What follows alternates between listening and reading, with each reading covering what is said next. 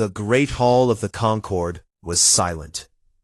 12 species sat in a circle, their representatives watching the hologram that floated in the center of the room. The image showed a creature none of them had ever seen in person. It stood on 2 legs. It had soft skin and small eyes. It looked weak. "This," said Counselor Vethari, her serpentine body coiling around her seat, "is what the ancient records call a human." A laugh came from across the room. Admiral Crixton of the Volmari crossed 2 of his forearms and shook his massive head. "You brought us here to look at this small, fragile thing? I have seen insects more threatening." Vethari did not smile. She never smiled. Her yellow eyes moved slowly across the room, looking at each representative in turn. 3 days ago, our exploration team found a station in the dead zone. It had been floating there for over 3,000 years. Inside we found records, thousands of records. They tell a story that none of us knew. She pressed a button, and the hologram changed. Now it showed a battle. Ships moved through space, firing weapons that burned like small suns. And in the middle of the fight, surrounded by enemies, was a single human vessel. It was damaged, it was burning, but it was still fighting. The records say that humans were once the most feared warriors in the galaxy, Vethari continued. They fought a war against a species called the Hurricane, beings made of shadow and hunger. The Hurricane had destroyed 17 civilizations before they reached human space. "And then what happened?" asked Solon, a young scientist from the Kethvori species. His blue fur was standing up with excitement. He had always loved old stories. "The humans stopped them," Vethari said simply.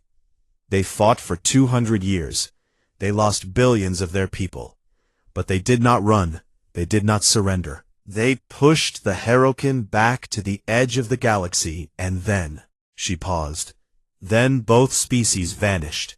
No one knows what happened. Until now." The room was quiet again. Even Admiral Crixton had stopped laughing. "Why does this matter?" asked another counselor, a being made of floating crystals. "These events happened thousands of years ago. The humans are dead. The Hurricane are dead. We should focus on the present." Vethari looked at the crystal being with something that might have been pity. "That is what I thought too, but young Solon here made a discovery yesterday, one that changes everything." All eyes turned to Solon. The young scientist felt his throat go dry. He had not expected to speak in front of the entire Concord. His hands shook as he stood up. "I was studying the energy readings from the dead zone," he said, his voice small at first, but growing stronger. "For centuries we have avoided that region of space. We thought it was dangerous because of radiation or unstable stars. But that is not true." He pressed a button on his device, and a new image appeared. It showed a map of the dead zone, and at its center was something that looked like a wall made of energy, stretching across light years of space. "This is a barrier," Solon explained. "Someone built it. Someone put it there to keep something inside. And 3 weeks ago, the barrier started to weaken." The crystal counselor made a sound like breaking glass. "What are you saying?" "I am saying that the Hurricane were never destroyed," Solon said. "They were contained, locked away behind this wall, and the wall is failing." For a moment, no one spoke. Then everyone spoke at once. Voices filled the great hall, some angry, some afraid, some demanding proof. Admiral Crixton slammed his fist on his desk, calling for order. "Enough," he shouted. "This is madness. Even if this barrier exists, even if these Hurricane were real, what does it matter? We have the greatest fleet the galaxy has ever seen. We can defeat any enemy." Vethari turned to him slowly. "Can we? The records I found describe the Hurricane in detail, Admiral. They do not eat. They do not sleep. They do not die of old age. They consume entire stars to feed their hunger.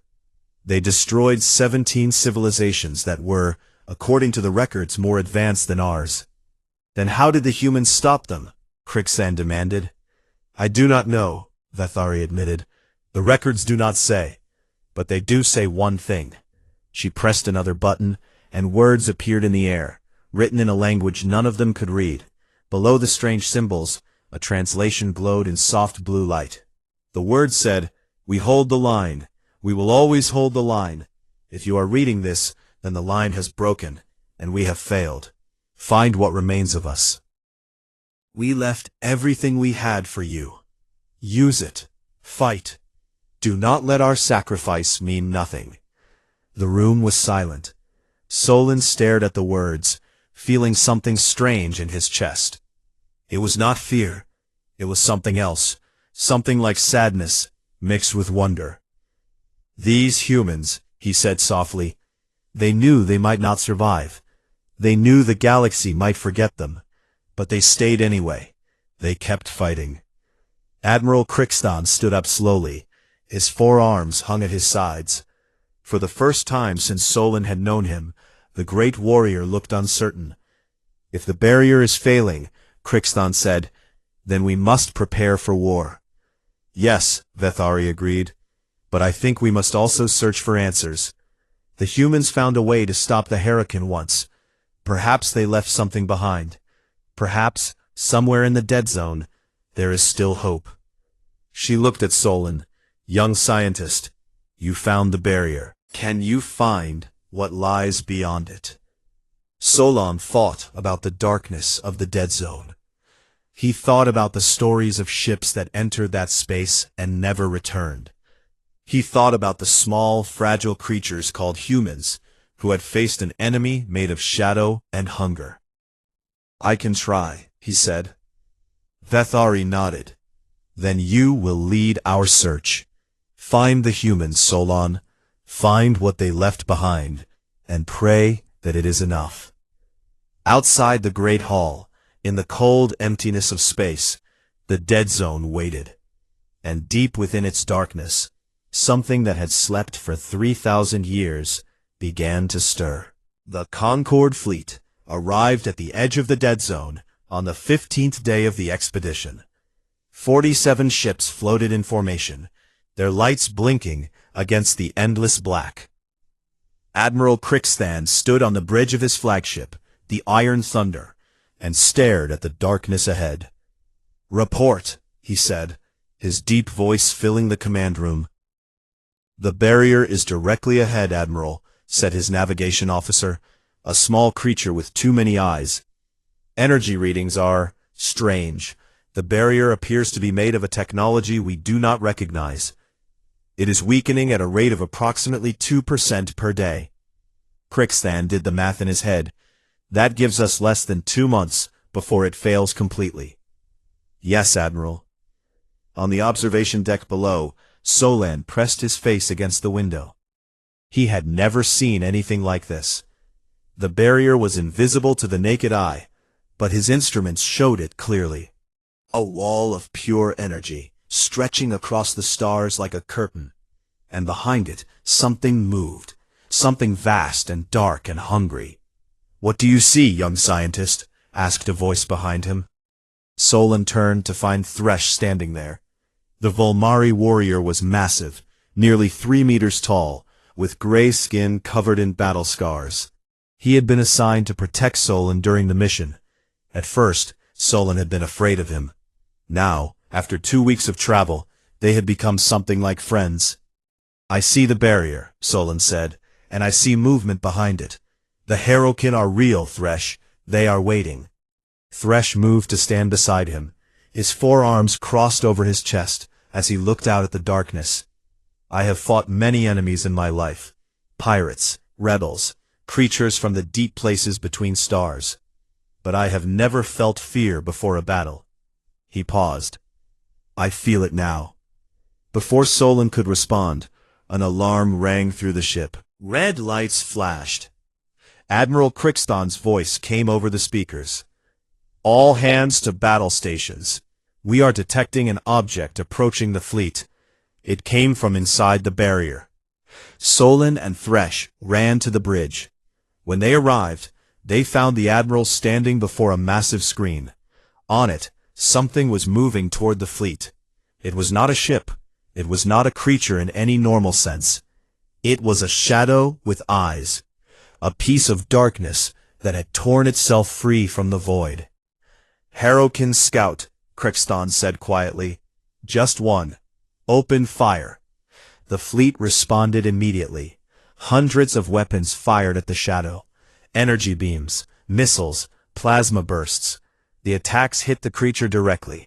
They passed through it like light through water. "No effect," the weapons officer reported, his voice shaking. "Admiral, our weapons are doing nothing." It reached the first Concorde ship, a small patrol vessel, and wrapped itself around the hull. For a moment, nothing happened. Then the ship began to crack. Metal bent and twisted. Lights went dark.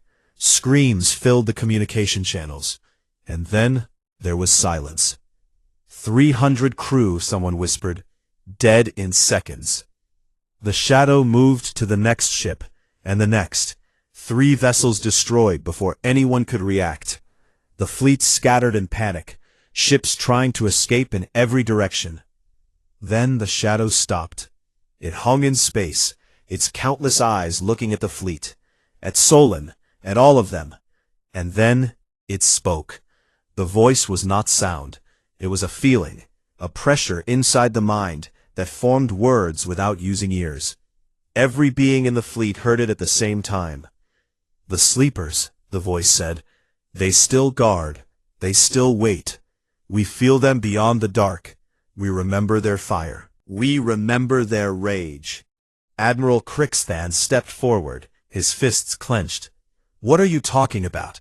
Who are the sleepers?" The shadow laughed. It was the worst sound any of them had ever heard, like metal being torn apart, like stars dying. "The small ones, the soft ones, the ones who would not break. They burned us, they held us, they built the wall and stayed behind it with us, watching, waiting, sleeping." The eyes focused on Crixton. "You are not them, you are nothing, but they are still there, in the deep dark, dreaming of war." "The humans," Solon breathed, "the humans are still alive." The shadow seemed to hear him. Its attention shifted to the young scientist, and Solon felt cold spread through his body. "Find them if you can, little creature. Wake them, bring them back. We want them to see. We want them to watch as we consume everything they tried to protect. We have waited 3,000 years. We can wait a little longer." And then it was gone. The shadow retreated back through the barrier, slipping through the weakening wall like smoke through fingers. The fleet was left floating in silence, 3 ships destroyed, hundreds dead. Admiral Crixton turned to Solon. His face was pale, his hands were shaking. "You heard it," he said. "The humans are alive. Somewhere beyond the barrier, they are sleeping." "Yes," Solon said, "but the barrier is almost broken. If we go in to find them, we may not be able to get out. The Harrowkin will follow us." Thresh put a heavy hand on Solon's shoulder. "Then we must be fast. You said you could find the humans. Can you still do it?" Solon thought about what he had just seen. The shadow, the dead ships, the voice in his mind. He was afraid. More afraid than he had ever been in his life. But he also thought about the message from the ancient station. The humans had faced this enemy before. They had not run. They had not given up. They had fought until they found a way to win. "Give me a small ship," Solon said. "Something fast and quiet. I will go into the dead zone. I will find the humans, or whatever is left of them." Crixton looked at him for a long moment. Then he nodded slowly. "You are brave, young one, braver than I knew." He turned to his officers. "Prepare the ship Quiet Hope. Our scientist goes to find us a legend." As Solon walked to the hangar, he looked back one more time at the darkness beyond the barrier. Somewhere in that endless night, the humans were sleeping. He just hoped they were ready to wake up. The Quiet Hope was a small ship, built for speed and silence. It slipped through the weakening barrier like a whisper, leaving the Concorde fleet behind. Inside, Solon sat at the navigation controls, while Thresh checked his weapons for the 100th time. A third member of their crew, an artificial intelligence called Unity, spoke through the ship's speakers. "We have entered the dead zone," Unity announced. "I am detecting strange energy patterns ahead. They match nothing in my database." "Follow them," Solon said. "The ancient records mentioned coordinates, but they were damaged. We have to find our own way." The ship moved deeper into the darkness. There were no stars here. The Harokin had consumed them long ago, leaving only cold emptiness. Solon had never seen true darkness before. Now he understood why this place was called the Dead Zone. "There," Thresh said suddenly, pointing at the screen. "A planet." It was a ruin. The world had been cracked open like an egg, its core exposed to space. Around it floated the remains of ships, millions of them, forming a ring of wreckage that stretched for thousands of kilometers. "This was a battle," Unity said. "Analysis suggests approximately 40,000 vessels were destroyed here, human and Harokin both." Solon felt sick.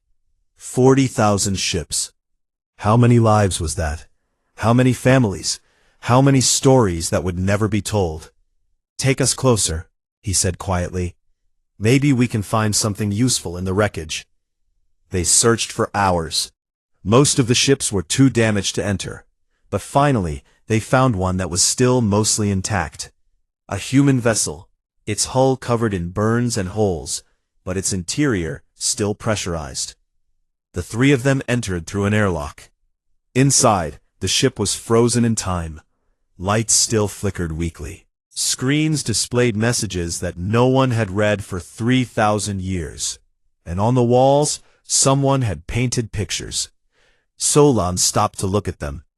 They showed humans doing ordinary things, playing with children, sharing meals, holding hands under strange blue skies.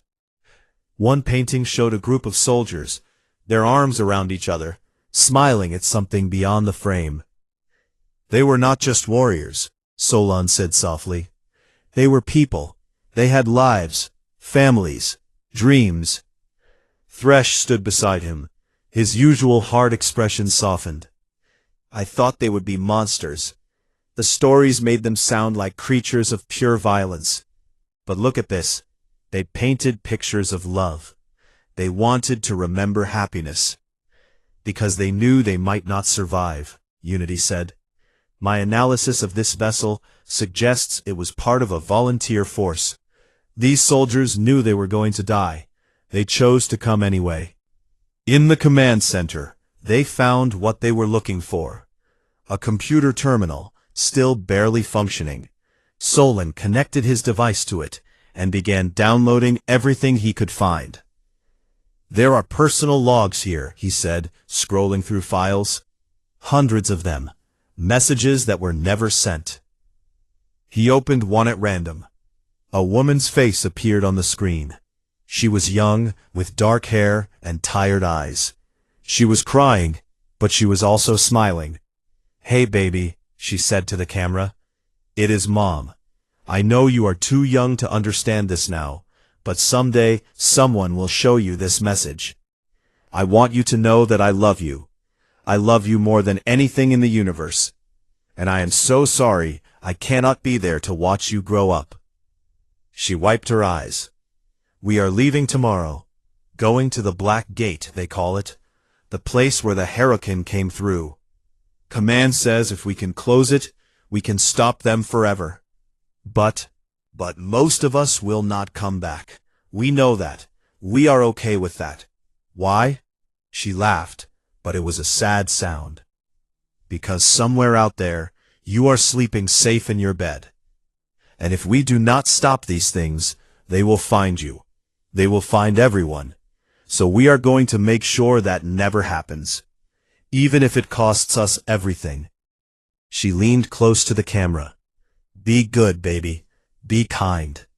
And if anyone ever asks what humans are, tell them we are the ones who stayed, the ones who held the line, the ones who loved so much that we were willing to die for people we would never meet." The message ended. The screen went dark. Solon realized he was crying. Beside him, Thresh had turned away, his shoulders shaking. Even Unity was silent. "There is more," Solon said after a long moment. He wiped his face and returned to the files. Coordinates. They sent their fleet somewhere specific before the final battle. A hidden location. He read the words carefully. "If you are receiving this, we failed. Come find what is left of us. Bring weapons." "They left something behind," Thresh said. "A backup plan." "Or a grave," Unity added. "We do not know if anyone survived."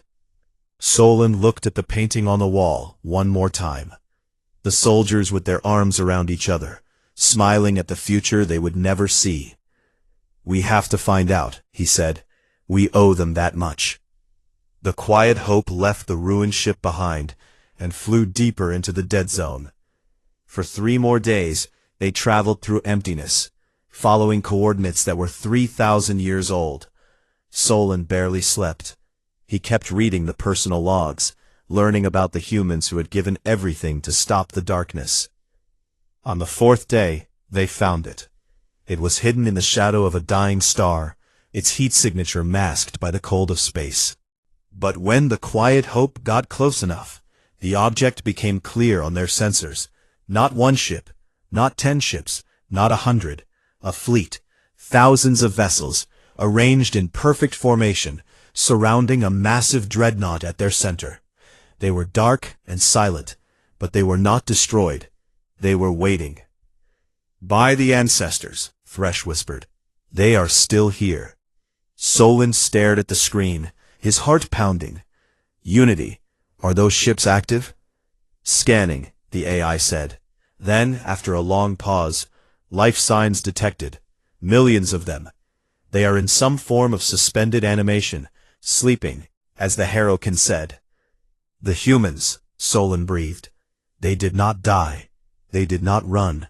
They stayed here at the edge of darkness for 3,000 years, waiting." A light began to blink on his console. Someone was hailing them. "Unknown vessel," a human voice said, tired but alert. "You have entered restricted space. Identify yourself and state your purpose." Solon pressed the communication button with trembling hands. "My name is Solon of the Kethvori. I come from the Galactic Concord. The barrier is failing. The Herakin are waking up. We need your help." There was a long silence. Then the voice spoke again. "Stand by. We have been waiting a long time for this call." The docking bay of the Unbroken Promise was larger than any building Solon had ever seen. The Quiet Hope looked like a toy next to the human vessels that filled the massive space. Soldiers stood in rows, watching the small alien ship land. They wore armor that covered their entire bodies, and they held weapons that hummed with power. Solon stepped out first. His legs were shaking. Behind him came Thresh, his 4 hands resting on his weapons. Unity spoke through a small drone that floated beside them. "Fascinating," the AI said. "Their technology is at least 500 years ahead of anything in the Concord. These weapons appear to be specifically designed to combat energy-based life forms." "Quiet," Thresh muttered. "Let them speak first." The soldiers parted, and a woman walked through. She was small by human standards, with gray hair cut short, and lines on her face that spoke of great age. But her eyes were sharp, and she moved with the confidence of someone who had commanded armies. "I am Captain Elena Vasquez," she said. "Welcome to the last armada. You said the barrier is failing?" "Yes," Solon answered. "We estimate less than 50 days before complete collapse. The Herokin are already sending scouts through the weak points. They destroyed 3 of our ships with ease." Vasquez nodded slowly, as if this was news she had expected for a long time. "How many species in your Concord?" 12. And how many ships can you gather for defense? Solon thought about the Concorde fleet, the greatest military force in the known galaxy. Perhaps 10,000 if we call everyone. Vasquez smiled, but there was no joy in it. 10,000. 3,000 years ago we had 500,000. We lost 450,000 before we pushed them back. She gestured for them to follow her. There is much to explain, and little time. They walked through corridors that seemed to go on forever. Everywhere Solon looked, he saw humans working, training, preparing. Some were awake and active. Others were still in cryogenic chambers, sleeping until they were needed. How many of you are there? Fresh asked. On this ship, 50,000. In the entire fleet, approximately 12 million. We have been sleeping in shifts for 3,000 years. Small caretaker crews stay awake for 50 years at a time, maintaining the ships, watching the barrier, waiting for the call. 50 years? Solon could not imagine it. 50 years of watching the darkness, knowing that death waited on the other side. Vasquez seemed to read his thoughts. I have personally witnessed 5 centuries of vigil. I was young when we first came here. I am old now, but I remember why we stayed. She stopped and turned to face them. We stayed because someone had to. The Herokin could not be destroyed. They exist outside normal space. Kill one, and it reforms within days. Destroy 1,000, and 1,000 more emerge from the void. Then how did you stop them? Thresh demanded. We did not stop them. We contained them. Our scientists discovered that certain energy frequencies could weaken their connection to our dimension. We built the barrier using that knowledge. It pushed them back, locked them away, but it required constant maintenance, and it required guardians. She began walking again. Every species we saved offered to help. They promised ships, soldiers, resources, but when they saw what the job truly required, when they understood that there would be no glory, no return, only endless watching in the dark, they changed their minds. One by one, they went home. And you stayed, Solon said. We stayed. Not because we are stronger or braver than other species. We are not. We stayed because... She paused, searching for words. Because we could not live with ourselves if we did not. Because somewhere out there, children were being born who would never know about the darkness we held back. And that was enough. That had to be enough. They entered a massive chamber. At its center was a holographic display showing the dead zone, the barrier, and the Concorde space beyond. Red dots marked the weak points in the barrier. There were dozens of them. The barrier was never meant to last forever, Vasquez explained. We knew it would fail eventually. That is why we did not simply close the gate and leave. We stayed here with them, inside the barrier, because we knew someday we would have to fight again. You were preparing for this, Unity said. All this time, you were preparing for the barrier to fall. Yes. Vasquez pressed a button, and the display changed. Now it showed the human fleet in detail. Ships of every size, armed with weapons that glowed with strange light. For 3,000 years, we have been improving our technology, developing new weapons, training our soldiers. The humans who sleep in this fleet are not the same as those who first came here. We have changed ourselves, made ourselves stronger, faster, harder to kill. We have become weapons ourselves. You modified your own bodies? Thresh sounded disturbed. We did what was necessary. The Herokin do not fight fair. They do not follow rules. They consume everything they touch. To face them, we had to become something more than human. She looked at Thresh with ancient eyes. You think we are monsters? Perhaps we are. But monsters can protect. Monsters can love. Monsters can hold the line when no one else will. An alarm began to sound. A young human officer ran into the room.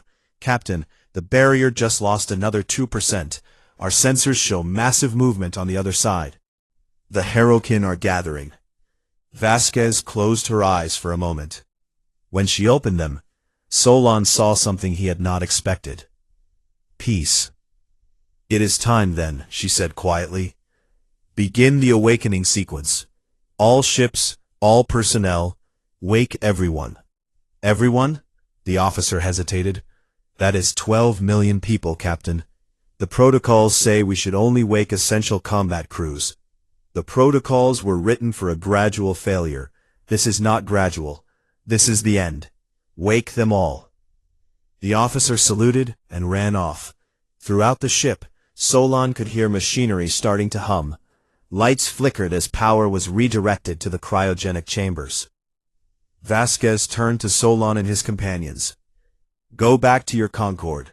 Tell them what you have seen. Tell them to gather every ship they have and meet us at the barrier in 30 days.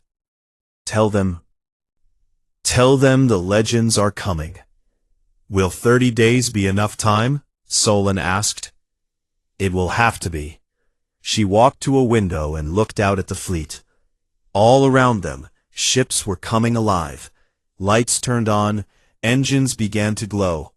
After 3,000 years of silence, the last armada was waking up. One more thing, Solon said. The humans who sent that message, the ones who told us to find you, they said they failed. But you are here. You survived. Vasquez did not turn around. They did not fail. They bought us time. They held the line long enough for us to build this fleet and close the gate. Every one of them died, believing that their sacrifice mattered. Now she turned, and Solon saw tears on her face. We carry their names with us, 300 million names. We remember every single one. She wiped her eyes and stood straight. Now go. We have a war to fight. Solon, Thresh, and Unity returned to the quiet hope. As they flew away from the unbroken promise, they looked back at the fleet. 12 million humans were waking up. 12 million warriors who had slept for 3,000 years, waiting for this moment. Do you think they can win?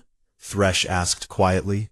Solon watched as the human ships began to move, forming into battle groups with practiced precision. He thought about Captain Vasquez, who had given 500 years of her life to watching the darkness. He thought about the mother in the video, who had died so that her child could live. I think, he said slowly, that they will not stop fighting until they do. The barrier fell on the 32nd day. Solon watched from the bridge of the Concorde flagship as the wall of energy that had held for 3,000 years finally collapsed. For a moment, there was silence. Then the darkness moved. The hurricane came through like a flood. Thousands of them, millions, shadows with hungry eyes, pouring into normal space with screams that were not sound but pure terror pressed into the mind. The Concorde fleet opened fire immediately, but their weapons did nothing. Energy beams passed through the shadows. Missiles exploded without effect. Fall back, Admiral Crixton shouted. All ships, fall back! But there was nowhere to go. The hurricane were faster. They caught the rear ships first, wrapping around them like living darkness, crushing them into silence. Solon counted 12 ships destroyed in the first minute, then 20. Then he stopped counting. This is the end, someone whispered on the bridge. We cannot fight this. Then the human fleet arrived. They came from the direction of the dying star. Thousands of ships moving in perfect formation. At their center was the unbroken promise, its hull covered in weapons that glowed with white light. And as they approached, a voice filled every communication channel in the fleet.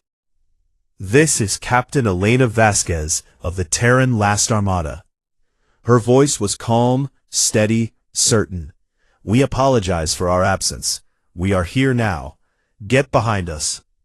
The Concorde ships scattered, making room. The human vessels moved forward, forming a wall between the fleeing aliens and the advancing darkness. And then they opened fire. The weapons were nothing like Solon had ever seen.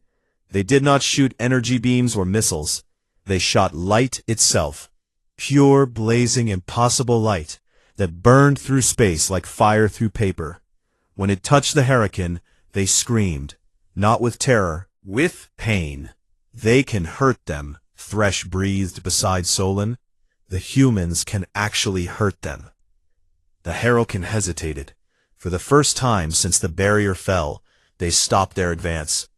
Their countless eyes looked at the human fleet, and Solon realized something extraordinary. The shadows recognized these ships. They remembered them. The sleepers, a Heralkin voice echoed through space. You have woken. We never slept, Vasquez replied over the open channel. We waited, we prepared, and now we finish what we started. The battle began. It was not like any war Solon had imagined. The human ships did not fight in neat lines like the Concord fleet. They fought like pack animals, groups of vessels working together to trap and destroy individual Heralkin. When one human ship was damaged, others covered its retreat. When one fell, the rest fought harder. Solon watched on his screen as human soldiers in powered armor launched themselves into space, landing on Heralkin bodies and detonating weapons that burned away shadow. They knew they would die. They did it anyway. Why? Solon asked out loud. Why do they keep going? Unity, monitoring the battle from the quiet hope which floated behind the Concord fleet, answered quietly. Analysis of their communication channels suggests they are motivated by more than survival. They speak of their children, their parents, species they have never met. They believe they are protecting not just the present, but the future. The battle raged for hours. The human fleet took terrible losses. Hundreds of ships destroyed, thousands of soldiers dead. But for every human vessel that fell, a dozen Heralkin burned. Slowly, incredibly, the tide began to turn. The Heralkin tried to retreat back through the breach, the place where the barrier had been. But human ships were waiting there, blocking their escape. The shadows found themselves trapped between two forces, burning from weapons they had not faced in 3,000 years. Then Vasquez made her move. The unbroken promise broke from the human formation and flew directly at the breach. Its weapons fired constantly, clearing a path through the Heralkin. Other human ships tried to follow, but Vasquez ordered them back. This is a one-way trip, she announced. I need everyone else to stay and finish the fight. I will close the door. Captain, no, shouted another human voice. Let us come with you. Negative. The fleet needs you. The galaxy needs you. Vasquez paused. I have been alive for 500 years. That is enough. Let me finish this. Let me go home. The unbroken promise reached the breach. All around it, Heralkin clawed at its hull, trying to stop it. But the ship kept moving, pushing deeper into the rift between dimensions. Solon understood what was happening. The ship's reactor. The same technology that powered its weapons. If it was released all at once, inside the breach itself. She is going to seal it, he said. She is going to use her ship as a bomb. The unbroken promise disappeared into the breach. For a long moment, nothing happened. Then the space where the barrier had been began to glow. Brighter and brighter, until Solon had to shield his eyes. The explosion was silent, as all things are in space. But it was not invisible. A wave of white light spread out from the breach, washing over everything. When it touched the Heralkin, they did not just burn. They dissolved. Their shadows scattered like smoke in wind, pulled back into whatever dimension they had come from. And when the light faded, the breach was gone. A scar in space, twisted and sealed, impossible to open. The Heralkin were gone, not destroyed forever perhaps, but locked away again, behind a door that could not be opened.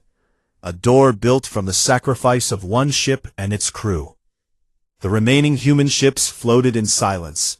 Then, slowly, a voice came over the communication channels. It was young, tired, and sad. This is Admiral David Chen of the Terran Fleet. Captain Vasquez is gone. The breach is sealed. The mission is complete. He paused. All Concord vessels, this is not your victory alone. We fight together from this day forward, or not at all." The Concord fleet responded with cheers. Solon found himself crying again. Thresh stood beside him, all four arms hanging limp, his face showing emotions that Solon had never seen from a Volmari warrior. In the weeks that followed, the galaxy began to rebuild, offered the surviving humans anything they wanted: worlds, resources, a seat on the council, ships and soldiers to replace what they had lost. Admiral Chen, who had been a child when he entered cryosleep 3,000 years ago, asked for only one thing. "Just remember us this time," he said at the ceremony where the humans were welcomed into the Concord. "Remember what happened here, and if the darkness ever comes back, call us. We will answer. We always answer." Monuments were built across 100 worlds. The story of the last armada was taught to every child of every species. And in the rebuilt fleet, now called the Eternal Watch, human ships patrolled alongside Concord vessels. They were few now, tired, scarred by a war that had lasted for 3,000 years. But they were still watching, still holding the line. Years later, when Solon was old and gray, he wrote his memoirs. On the final page, he included the words that he believed best captured what he had witnessed. "We called them legends because we thought they were gone. We imagined them as giants, as gods, as beings beyond our understanding. We were wrong about all of it. They were small and soft and short-lived.